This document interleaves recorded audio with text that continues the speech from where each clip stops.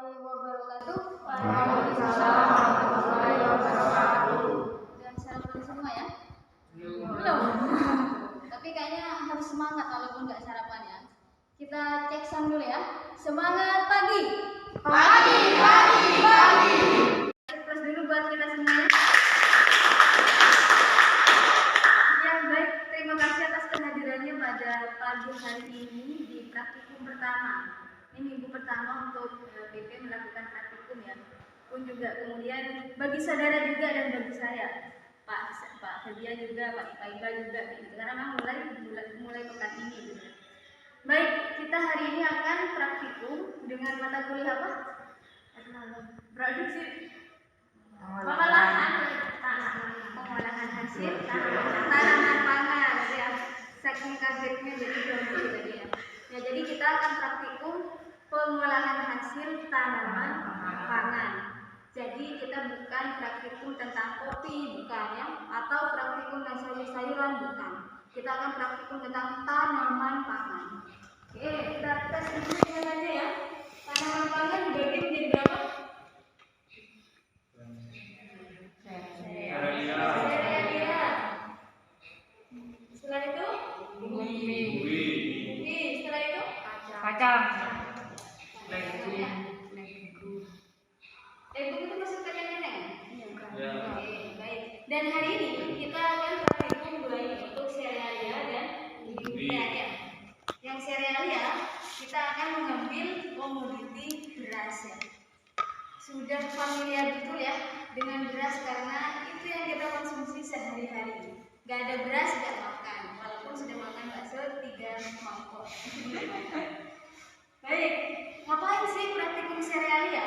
Kita hari ini seperti yang tadi disampaikan Pak Iqbal, serealia dan umbi-umbian yang akan kita praktikumkan itu untuk dilakukan proses penepungan. Nah, pertanyaan yang pertama, kenapa kita harus melakukan penepungan? Ngapain sih capek-capek beras tadi ya? Serealianya kita ambil beras dan kemudian umbinya kita ambil singkong ya. Ngapain capek-capek? Yang beras bisa dimakan langsung atau singkong bisa dimakan langsung kayak gitu. Ada yang masih ingat atau ada yang sudah lupa? Nggak tahu ya? Nggak tahu ya.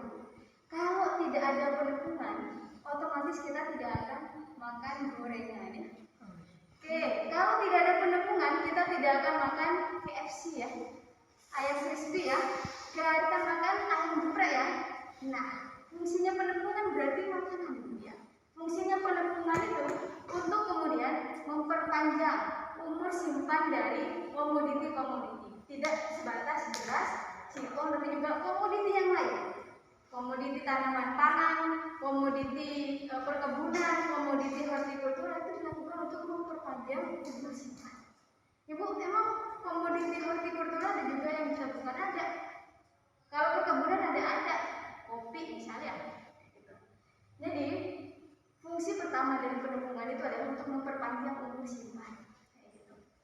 Nah, beras gak bisa panjang umur simpannya, bisa bertahun-tahun, tapi kan kita gak bisa mengolah dia menjadi ayam geprek, gorengan dan seterusnya. Gitu ya. Pun singkong, apalagi singkong umur simpannya rendah. Umur simpannya rendah singkong 2 minggu disimpan udah busuk kayak gitu. Nah, sehingga perlu dilakukan pengolahan yang menjadi penepungannya. Oke, sudah paham saya rasa di situ ya. Kita bahas apa yang akan kita lakukan di praktikum pagi hari ini. Ini ada 10 orang ya. Jadi nanti praktikum yang pertama kita beras ya. Beras ditepungkan, otomatis kita bahan bakunya adalah beras. Nah, ngomong-ngomong tentang penepungan, ngomong-ngomong tentang produk pengolahan, semuanya itu ada SNI-nya. Kenapa ada SNI-nya? Ada standar mutunya, karena itu yang akan dimakan manusia. Kalau nggak ada standar mutunya, perusahaan besar, perusahaan kecil buat produknya tuh asal-asalan gitu. Sehingga bisa jadi ada yang keracunan gitu ya. Makanya kemudian perlu SNI. Nanti saudara bisa lihat SNI-nya ya. Makanya tadi kebersihan penting kata Pak Iqbal, karena ujung dari tujuan itu agar sesuai dengan SNI. Kenapa harus sesuai SNI? Agar mutunya seragam. Se-Indonesia itu harus seragam sesuai dengan patokan SNI ini. Itu kan lebih. Jadi beras yang pertama, beras yang kita olah harus memiliki kadar air kurang lebih 10 sampai 12%. Tahu ya, 10 sampai 12% ya? Ngeh ya, ngeh. Oke, ya. Kita tes.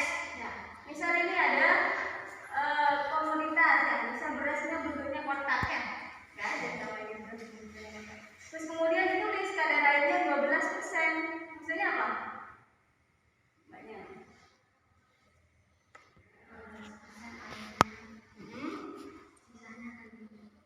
Sisanya kandungan yang lain ya. Jadi semisal kita ada kantong gitu ya, kantong yang isinya 100 gram beras gitu ya. Kemudian tertulis 12% kadar airnya, maka otomatis di situ air yang ada di sini 12%, airnya 12%, sisanya 88-nya ini kandungan yang lain, bisa jadi karbohidrat, bisa jadi protein dan sebagainya. Oke. Nah, kenapa berasnya harus 12% ini? Karena kalau kita mengolah beras yang kadar airnya lebih dari itu, otomatis bisa jadi beras itu terkontaminasi oleh jamur, sehingga penyimpanan Bapak Ibu kita atau kemudian di Bulog menyimpan beras itu rata-rata kadar airnya sedikit. Nah, kita nanti akan cek pakai digital tester, ngecek kadar air. Oke, setelah itu berasnya diapain gitu ya? Setelah itu berasnya dicuci gitu ya, dicuci. Ada yang menyebutkan ini dicuci, ada yang menyebutkan ini direndam. Karena kalau kita dibatasi oleh waktu, kita cuci saja gitu ya. Kalau direndam keburu ngantuk dan tidur gitu ya. Pun lagi ini harus dipakai untuk praktikum yang lainnya. Nah, setelah dicuci, direndam, kita kemudian digiling ya. Digiling langsung di sini. Digiling langsung. Digiling itu proses penempungan. Penggilingan itu proses penempungan ya. Sehingga kita harus memperhatikan betul ketika yang ada di sini. Ya, jangan sampai kemudian dibuang-buang ya. Setelah dilakukan penggilingan, kemudian dilakukan penjemuran. Biar kering tepungnya ya. Kemudian dilakukan pengayakan. Apa pengayakan? Pengayakan itu apa? Diayak ya. Diayak kurang lebih 80 mes. Apa sih mes itu, Ibu? Mes itu ukuran dari tepung ya.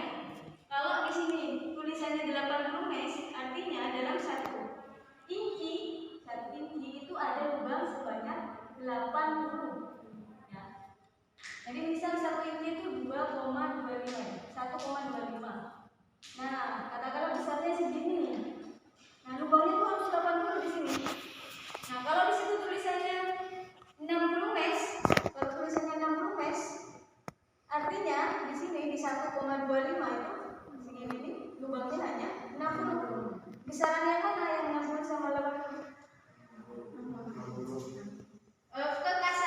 Kasarnya lebih kasar mana antara yang 60 sama 80? 60 ya. Jadi seperti itu pemahamannya. Nanti saudara setelah menepungkan ya, itu dirasa-rasa ya. Oh, ternyata 80 mes itu seperti ini. Oh, ternyata kalau kasar itu seperti ini. Sehingga saudara tahu, merem aja saudara tahu, oh ini 80 mes. Oh, ini 60 mes. Oh, ini kurang halus nih, kurang halus. Kalau orang banget gitu biasanya, ditunjukin aja dia sudah tahu. Iya, iya. Oke, gitu ya. Itu untuk yang pertama. Nah, yang harus diperhatikan tadi itu atau critical point, kalau di pengolahan itu ada critical point yang berhubungan dengan sterilisasi, berhubungan dengan higienitas ya. Jadi berasnya nanti dicek dulu, berasnya harus oke kayak gitu. Jangan sampai ada lapangannya, jangan sampai nanti kutu-kutunya ikut kayak gitu. Apalagi kutu rambutnya turun gitu ya. Nah, itu harus benar-benar dibersihkan di sini. Dibersihkan, steril, harus bersih ya. Nah, setelah itu direndam, pastikan mangkok untuk merendam atau mencucinya itu juga bersih kayak gitu. Bukan habis dari digunakan makan dan seterusnya kayak gitu ya, harus bersih. Kemudian ketika proses penggilingan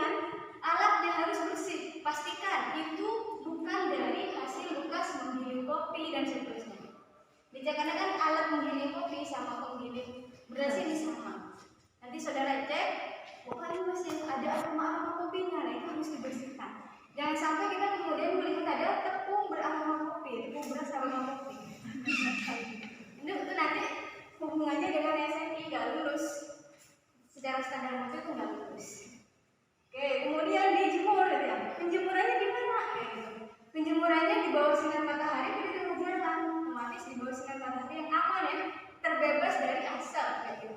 Terbebas dari binatang-binatang burung-burung yang ada di situ bisa ya. Atau kemudian dengan oven. Bedanya nanti dengan oven. Kenapa? Karena ketika kita menggunakan oven, kita kan praktiknya sekarang kecil ya. Kalau kita menggunakan oven itu dijamin higienitasnya. Tapi dicek dulu ovennya. Habis dipakai oven yang lain ya. Termasuk tarawnya itu ya wadahnya. Kemudian mengayakan, dicek dulu ayakannya jangan-jangan habis dipakai mengayakkan air. Makanya dalam pengolahan di suatu pabrik ya, kalau misal alat itu digunakan untuk mengolah beras, dia itu akan selamanya mengolah beras. Gak akan kemudian dicampurkan dengan kopi, karena itu akan berpengaruh. Emas itu. No? Emas.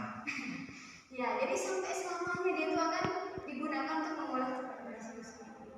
Gak boleh dicampur-campur di mix itu terbatas alatnya, itu berpengaruh. Gitu ya. Seperti yang saya sampaikan tadi, kalau misalnya kita buat gorengan ada aroma kopinya. Kenapa kita ingin jual kopi? Karena di sini labnya produksi kopi, jualan kopi di sini. Oke, kira-kira itu nanti akan dibagi kelompoknya oleh Pak Febian. Yang jelas saudara nanti akan melakukan ini ya, dicek berasnya kadar airnya berapa, terus kemudian dicuci atau direndam, kemudian digiling, dijemur, kemudian setelah itu nanti dikemas. Pengemasan, jadi dikemas ya. Insya Allah ya, nanti dicek lagi ya kadar airnya ya. Kadar airnya berapa? Kadar air tepung itu kurang lebih 9 sampai 10%. Kenapa ibu harus segitu? Karena kalau di atas itu kadar air tinggi maka jamur akan datang, bakteri akan datang. Kalau mau tahu kualitas tepung bagus atau enggak, dilihat. Kalau tepungnya menggumpal, artinya dia sudah tidak bagus. Kalau tepungnya kita ambil, kemudian dia turun, ya, kita jatuhkan dan tidak menggumpal, masih bagus saja. Nah, saudara bisa lakukan di rumah ya. Kalau misalnya cowok-cowok ke dapur ya kan, cek tuh tepung yang digunakan oleh ibu kita itu menggumpal atau enggak. Kalau menggumpal itu sudah bagus. Tapi untuk produksi pabrikan yang selama ini saya lihat itu masih jauh ini masih bagus ya. Jadi kalau misal kan ada tuh tepung yang pengemasannya pakai karung gitu ya, itu rentan sekali. Kadar airnya bisa nambah gitu. Kalau pakai plastik bisa. Oke, sudah sampai pengemasan di sini nanti akan diberikan pengemasan oleh pengemasan oleh pabriknya. Ada yang mau ditanyakan? Tidak ada. Belum kan? Kalau nggak ada, nggak bisa dipaksakan dong.